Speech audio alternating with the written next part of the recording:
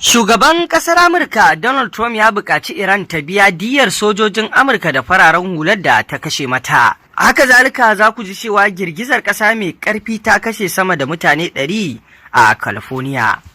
Masu saurare ku gyara zama domin jin waɗannan rahotannin labarai da muke tafa da su. Donald Trump shugaban ƙasar Amurka ya buƙaci Iran ta biya diyyar sojojin Amurka da fararen hular da ta kashe. Shugaban Amurka Donald Trump ya ce ya buƙaci Iran ta biya diyyar sojojin Amurka da fararen hular da ya ce wato Iran ta kashe ko raunata su a harare daban-daban da ta kai. Trump ya bayyana hakan ne bayan wasu jami'an Iran sun buƙaci Amurka ta biya diyya kan ɓarnar da suka ce ta yi wa Iran a cikin watanni 5 na rikicin da ƙasashen biyu suka yi. A wani saƙo da ya wallafa a shafinsa na Truth Social, Trump ya ce batun biyan diyya bai taɓa tasowa ba a tattaunawar da Amurka da Iran suka yi. Ya ce, amma wannan ra'ayi ne mai ban kyau, domin yanzu ina buƙatar Iran ta biya diyya kan duk mutanen da ta kashe ko ta jikkata mana.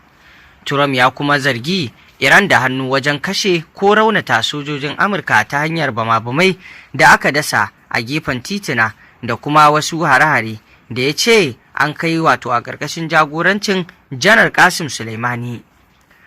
Trump ya ce ya umarci wakilan Amurka da su gabatar da buƙatar diyya tare da neman a cimma matsaya a kansa a duk wata wato tattaunawa da za a yi nan gaba da Iran. Ya kuma buƙaci Iran ta biya diyya ga iyalan ɗaruruwan dubban masu zanga-zangar da ya zargi gwamnatin Iran da kashewa cikin shekaru 50 da suka gabata. A cewar Trump ya kamata a kuma biya diyya kan mutanen da ya ce an kashe a cikin watanni 5 da suka gabata. Wannan shine sabuwar bukata da Donald Trump ya mika zuwa ga kasar Iran a cikin tattaunawa, kamar yadda ya umarci wakilan Amurka. Kamar yadda muka sani, kasar Iran tuntuna ta faɗi cewa sai an biya ta diyya kan wato asarar rayukan da aka mata da kuma barnar da aka mata, inda wato dai a yanzu ta ƙara nanata wannan batu. Sai gashi Donald Trump shi ma ya ce waɗanda aka kakkashe nasu su ma sai an biya diyyar su, dole ne Iran ta biya. To ko shin ta yaya wannan al'amura za su ƙare, kuma ta yaya za a samu sulhu a cimma matsaya tsakanin ƙasar Amurka da Iran biyo bayan irin yadda ake cin karo da juna cikin buƙatu? Wannan sai dai a jira a gani. A ɗaya rahoton kuwa girgizar ƙasa mai ƙarfi ta kashe sama da mutane 100 a California.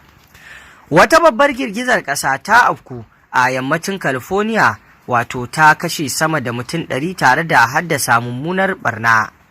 Girgizar kasar mai karfin maki 7.4 ta afku a yankin Choco a tsakanin biranen Medellin da kuma Cali. Shugaban kasar California